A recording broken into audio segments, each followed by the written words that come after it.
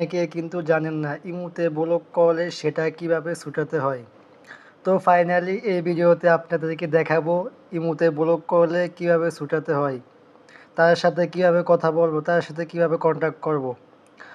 মূল ভিডিওটি শুরু করার আগে সকলের কাছে একটা রিকোয়েস্ট, এরকম আরও গুরুত্বপূর্ণ ভিডিও পেতে আমার চ্যানেলটি সাবস্ক্রাইব করে রাখুন। তো চলুন শিখে নিই কাজটি কীভাবে করব। তো আমরা প্রথমে আমাদের ইমো সফটওয়্যারটিতে চলে যাব।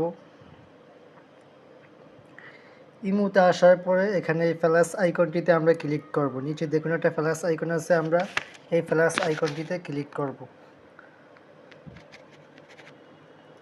তারপর এখান থেকে নিউ গ্রুপ সেট এই অপশনটিতে আমরা ক্লিক করব।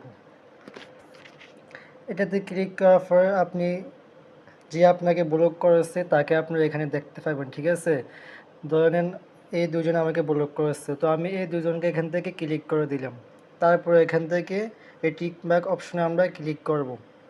যাদের এখানে আসছে না তারা এখানে সার্চ করবেন, তার নাম লিখে দেখবেন চলে আসবে। তারপর টিক মার্কে ক্লিক করব। দেখুন টিক মার্কে ক্লিক করার সাথে সাথে এখানে একটা গ্রুপ হয়ে গেছে, দেখতেই পাচ্ছেন আপনারা। তো যে আপনাকে ব্লক করেছে আপনি এখানে যা মেসেজ করবেন সব তার কাছে চলে যাবে, সাথে সাথে তার কাছে মেসেজগুলো চলে যাবে। গ্রুপটা খোলার পর আপনি যখন এখান থেকে যা লিখবেন সব তার কাছে সিন হয়ে যাবে, কিন্তু সে বুঝতে পারবে না যে মেসেজগুলো আপনি করেছেন। দেখুন কি মজার সেটিংস ইমোতে।